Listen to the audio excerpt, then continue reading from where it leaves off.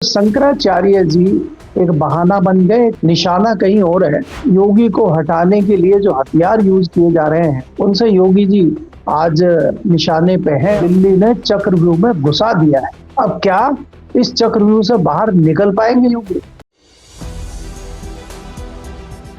नमस्कार दोस्तों, कैसे हैं आप लोग। उम्मीद है आप सभी अच्छे होंगे। उत्तर प्रदेश में राजनीतिक माहौल इतना गर्म हो चला है कि उसकी आंच अब दिल्ली तक जा रही है और दिल्ली से भी क्या कोई प्लानिंग चल रही है उत्तर प्रदेश की सियासत को सेट करने को लेकर। इसको लेकर बातचीत करेंगे। केपी मलिक जी वरिष्ठ पत्रकार हमारे साथ जुड़े हैं। सर, बहुत बहुत स्वागत है आपका। धन्यवाद हिमांशु जी, आपका और आपके दर्शकों का भी। जी केपी सर, ये क्यों कहा जा रहा है कि योगी आदित्यनाथ को निपटाने की, उनको हटाने की कोशिशें की जा रही हैं, और जो कोशिशें हैं अब वो और तेज इसलिए हो गई हैं क्योंकि शंकराचार्य एक बहाने के तौर पर सामने आ गए? देखिए हिमांशु जी, मैं जो उत्तर प्रदेश में ये सियासी घमासान चल रहा है योगी और शंकराचार्य जी का, मैं इसको इस प्रकार से देखता हूं कि शिवलिंग पे बिच्छू बैठ गया है और बिच्छू को हटाना है तो हाथ से आप हटा नहीं सकते। जूता चप्पल कोई चीज का प्रयोग आप कर नहीं सकते, शिवलिंग को लग जाएगा। इसको हटाया कैसे जाए? बड़ी सावधानी से, बड़ी रणनीति से, बड़े तरीके से हटाना होगा, नहीं तो ये तो कब्जा करके बैठ गया, ये तो हटेगा नहीं और मामला कैसे चले। तो बाबा ने जिस प्रकार से उत्तर प्रदेश में अपना वर्चस्व जमा लिया है और उस वर्चस्व का परिणाम आपने देखा 2024 के लोकसभा चुनाव में, तो अब बाबा को हटाना है। दिल्ली बहुत मजबूत स्थिति में है आज की डेट में। संगठन की कमान भी उनके हाथ में पूरी तरह आ चुकी है। अब सब मामला तैयार है। शंकराचार्य जी जाने अनजाने में एक बहाना बन गए, एक मोहरा बन गए हैं। निशाना कहीं और है, पटकथा कहीं और लिखी जा रही है। अब इसमें योगी को हटाने के लिए जो हथियार यूज किए जा रहे हैं उनसे योगी जी आज निशाने पे हैं और एक हिसाब से ये भी कह सकते हैं कि बैकफुट पे हैं। तो वो इसका मुकाबला कैसे करेंगे, इस रणनीति को कैसे करेंगे, इसमें किस प्रकार की वो राजनीति करेंगे, रणनीति करेंगे, कैसे इस समस्या से बाहर निकलेंगे, ये उनको देखना है, क्योंकि उनको दिल्ली ने चक्रव्यूह में घुसा दिया है। अब क्या इस चक्रव्यूह से बाहर निकल पाएंगे योगी? कई सारे सवाल हैं।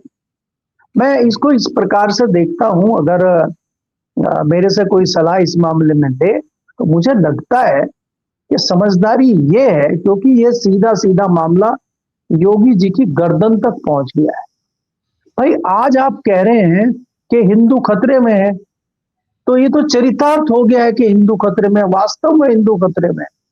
अगर अगर जो उनके अनुयायी हैं, उनके सहयोगी हैं शंकराचार्य जी के, उनकी आप चोटी खींच रहे हैं। 83 साल के बुजुर्ग संत के मुंह पे जूते लात भूसे पुलिस मार रही है, तो ये तो वास्तव में हिंदू खतरे में है। शंकराचार्य जी कह रहे हैं कि इस तरह की परिस्थिति बची है, तो वास्तव में हिंदू खतरे में है। तो अगर हिंदू खतरे में है तो ऐसा खतरा तो कभी हिंदुत्व पे मुगल काल में या ब्रिटिश काल में भी नहीं आया। तो क्या इस तरह की परिस्थितियां बनाई जा रही हैं और इसमें इस परिस्थिति को बनने दे रहे हैं योगी? योगी को इस परिस्थिति से निकलने के लिए प्रशासन के लोगों को ये क्यों नहीं कहना चाहिए कि तत्काल माफी मांगिए, शंकराचार्य जी से मामले को खत्म करिए? या बढ़िया तब रहता कि योगी जी सीधे सीधे पहुंच जाते और कहते ये तो आपकी सरकार है, ये तो संतों की सरकार है, ये तो हिंदुत्व की सरकार है, इसमें ऐसे कैसा हो सकता है, कैसे संभव है? और इस मामले का पटापेक्ष वही हो जाता। लेकिन पता नहीं किस आवेश में, किस बहकावे में या किन अफसरों के कहने से भ्रमित योगी जी यहाँ दिखाई देते हैं। सबसे पहले सबसे बड़ी गलती यह करते हैं कि वो जो मूर्ति तोड़ी गई थी उन्होंने कह दिया कि एआई निर्मित है। आपको कैसे पता ये एआई निर्मित है? आप कहे थे क्या? आपने दौरा किया उसका, स्पॉट पे गए आपने देखा क्या क्या हुआ है? आपको अफसरों ने लिख के दे दिया और आपने पढ़ दिया, बात खत्म हो गई। तो उससे आप बैकफुट पे आ गए। दूसरी गलती आपने ये करी कि जिस प्रकार से शंकराचार्य जी के साथ व्यवहार हुआ, नंबर एक बहुत गलत था। उसके बाद दूसरी बड़ी गलती उनको नोटिस देना, और तीसरी बड़ी गलती यह है कि दोबारा फिर नोटिस देना। मुझे लगता है कि इस वार को आप बढ़ाना चाहते हैं, और जो आपको चक्रूर में घुसाना चाहते हैं वो अपनी उस साजिश में, अपनी उस जो भी उनकी कोशिश है उसमें सफल होते दिख रहे हैं, और आप चक्रूर के अंदर फंसते दिख रहे हैं। क्या ऐसे में आप शहीद हो जाएंगे या आप नायक बन के निकलेंगे उसमें से, देखना ये है। तो फिलहाल तो मुझे लगता है कि योगी बैकफुट पे है, और ये पटकथा बहुत मजबूती से लिखी गई है, और इसमें फंस चुके हैं योगी। तो क्या योगी इसमें से निकल पाएंगे, नहीं निकल पाएंगे, ये देखना होगा जी। लेकिन योगी जी तो कह रहे हैं कि ये सनातन को बदनाम करने वाले कालनेमी हैं। अब ये कालनेमी अगर शंकराचार्य हैं तो कालनेमी के चरण तो मोदी जी भी छू रहे थे। कालनेमी के आगे तो केशव प्रसाद मौर्य भी नतमस्तक हैं, यानी कि उनके डेप्यूटी। तो जो संत हैं वो उनको कालनेमी बता रहे हैं। ताड़का का पुत्र, रावण का मामा, नहीं रावण मामा थे उनके। तो मतलब उस तरह से अगर देखा जाए तो योगी आदित्यनाथ संत होते हुए जो कर रहे हैं, और उनके डेप्यूटी जो संत नहीं है वो जिस तरह से देख रहे हैं, बीजेपी भी दो फाड़ इस मामले पर हो गई है। तो ये तो और बड़ी मुश्किल हो गई है। देखिए हिमांशु, मैंने आपको पहले कहा ये पटकथा लिखी गई है, और तमाम जो अभिनय करता है वो उसी तरह से अभिनय करेंगे। कहाँ थे आज तक केशव मौर्य? केशव मौर्य तो पिछले मुझे लग रहा है 15 दिन से कोई बयान उनका कहीं आया नहीं है। वो तो चुपचाप बैठे थे। वैसे बहुत मुखर होके बोलते हैं, तो पिछले 15-20 दिन से हर मामले पर चुप्पी क्यों साधे हुए थे वो? उन्होंने अहिल्याबाई होलकर की मूर्ति जब तोड़ी गई उस पर कोई बयान नहीं आया केशव मौर्य जी का। अचानक दिल्ली से जाने के बाद जो नए राष्ट्रीय अध्यक्ष बने, उस प्रोग्राम में मोदी जी का और अमित शाह जी का आशीर्वाद लेने के बाद ऐसी क्या उनमें स्फूर्ति आ गई, ऐसी क्या उनमें जो है ताकत आ गई कि धड़ाधड़ बयान शुरू कर दिए उन्होंने मीडिया को बुला के। और उसको उल्टा बयान जो जो योगी बयान दे रहे हैं उसके उलट बयान दे रहे हैं। योगी जी कह रहे हैं ये कालनेमी है शंकराचार्य, और वो कह रहे हैं नहीं ये परम पूज्य भगवान है शंकराचार्य और सम्मानीय है। तो ये क्या चल रहा है पार्टी के अंदर? ये कहां से निर्देश आ रहे हैं? ये किस दिशा में उत्तर प्रदेश की राजनीति जा रही है?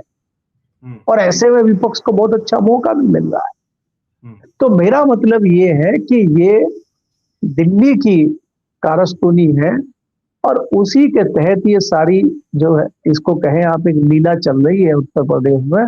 और लीला के अलग अलग पात्र हैं, अलग अलग अभिनय करता है, अलग अलग लोग हैं जो अपना अपना अभिनय कर रहे हैं, अपनी अपनी जिम्मेदारी निभा रहे हैं।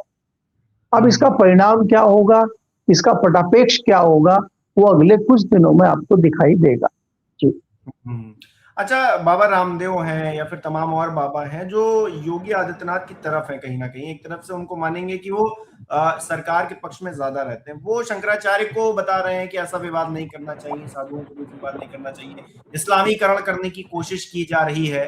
तो ये जो राजनीतिक तौर पर भी दो धड़े हो गए, भारतीय जनता पार्टी के भीतर भी दो धड़े हो गए हैं, और सामाजिक तौर पर भी जो दो धड़े हो रहे हैं, ये किस तरफ जा रहे हैं? तब एक मामले ने क्या पूरे समाज को दो करके रख दिया, हर क्षेत्र में, सामाजिक तौर पर भी, राजनीतिक तौर पर भी, बाबाओं का जो अखाड़ा है उस तौर पर देखें, उस नजरिए से देखें तो वहां पर भी। देखिए हिमांशु, अगर आप देखें इसमें कोई दो राय नहीं है कि दो धड़े बन गए हैं। चाहे वो धार्मिक लोगों का धड़ा हो, चाहे वो राजनीतिक लोगों का धड़ा हो, चाहे वो भारतीय जनता पार्टी के अंदर का भी धड़ा हो, वहां पे भी 2 ग्रुप 3 ग्रुप बन गए। लेकिन आपको ये देखना होगा कि लोग कह क्या रहे हैं। जो सबसे अच्छी समझदारी की और सही बात कही है, मैं उसमें लेता हूं जो शंकराचार्य हैं, जैसे पुरी के शंकराचार्य हैं, बाकी दूसरे शंकराचार्य हैं, उन्होंने ये कहा है कि प्रशासन को माफी मांगकर इस मामले को खत्म कर देना चाहिए। क्योंकि हम भी मान के चल रहे हैं कि कहीं ना कहीं प्रशासन ने शंकराचार्य जी के साथ दुर्व्यवहार किया है और गलती की है। तो अगर ये गलती की है तो इस गलती का पटापेक्ष कैसे हो, ये गलती को कैसे खत्म किया जाए, तो इसका सबसे अच्छा तरीका होता है समझदार, पढ़े लिखे और ज्ञानी व्यक्तियों में, कि वो क्षमा याचना करते हैं। तो मुझे लगता है कि अधिकारियों को क्षमा याचना करनी चाहिए और इसमें योगी को बड़ा दिल दिखाते हुए आगे आना चाहिए। वो खुद भी, मैं तो कहता हूं, स्वयं भी माफी मांगे। अगर वो नहीं मांगेंगे तो वो तो फिर रावण की परिस्थिति में आ गए ना, कि आप नहीं मांगेंगे और आप माफी अगर नहीं मांगेंगे तो आपका राजपाट खत्म हो जाएगा। आप भी संत हैं, संत समाज से आते हैं। अगर आपके नेतृत्व की सरकार इस प्रकार का आचरण करेगी तो कहीं ना कहीं संतों में भी एक इस तरह का आवेश होगा और एक इस तरह की सोच जाएगी कि संतों को या इस प्रकार से परेशान एक हिंदुत्ववादी सरकार के जो नेता हैं और खुद योगी हैं, खुद समाज इस समाज से आते हैं, उनके दौरान अगर ऐसा हो रहा है तो ये योगी के पक्ष में नहीं जाएगा, ये योगी की छवि को नुकसान होगा। मैंने तो, आपने देखा, आज लिखा भी है इस पे कि ये योगी की छवि को खत्म करने का मामला है। और शंकराचार्य तो सिर्फ बहाना है, शंकराचार्य तो सिर्फ मोहरा बन गए हैं परिस्थिति जन्य। उनका कोई लेना देना राजनीति से नहीं है, उनका कोई लेना, देखिए शंकराचार्य खाली योगी जी को निपटाने के लिए या योगी जी के पीछे पड़ गए, ऐसा तो कुछ नहीं। वो तो समय समय पे सामाजिक बातें कहते भी हैं, राजनीतिक लोगों को हड़काने का और सवाल उठाने का काम वो करते रहे, चाहे विपक्ष के राहुल गांधी हो। और आप अगर याद करेंगे अखिलेश यादव की सरकार के दौरान भी उनके कड़वे जो है वक्तव्य आते थे, उनके सीधे सीधे सवाल होते थे अखिलेश यादव से भी। तो सत्ता में जो रहेगा, संत समाज उनको दिशा देने का काम करेगा और संत समाज तो अपनी बात रखेगा। आज खाली इस बात को कहना कि शंकराचार्य हैं, कड़वी बात करते, शंकराचार्य ने सही बात अगर कर दी है तो आपको कड़वी लग रही है ना वो, क्योंकि आप तो हर चीज को दबाना चाहते हैं। भाई सैकड़ों लोग की मृत्यु हुई थी इलाहाबाद में, अगर इस पे शंकराचार्य जी ने सवाल पूछ लिया तो कौन सा बड़ा जुर्म उन्होंने कर दिया। आपने तो माना ही नहीं था कि वहां पे किसी की मृत्यु हुई है, वो तो जब पीएमओ का ट्वीट आया आपने तब माना। तो आप तो हर चीज को दबाना चाहते हैं और आपका मतलब यहाँ प्रशासन का मतलब है, आपका मतलब यहाँ सरकार के नौकरशाही का मतलब है।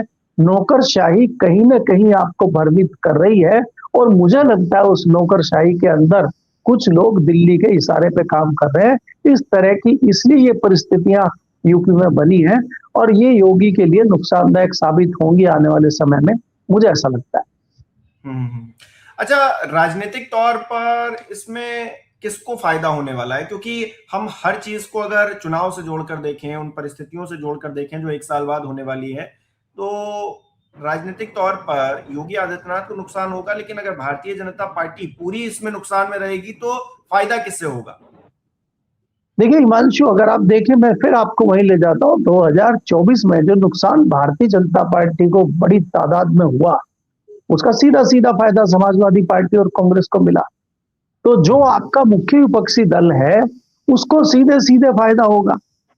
भाई भारतीय जनता पार्टी की इस आपदा का जो अवसर मिलेगा वो समाजवादी को मिलेगा, मिला है पहले।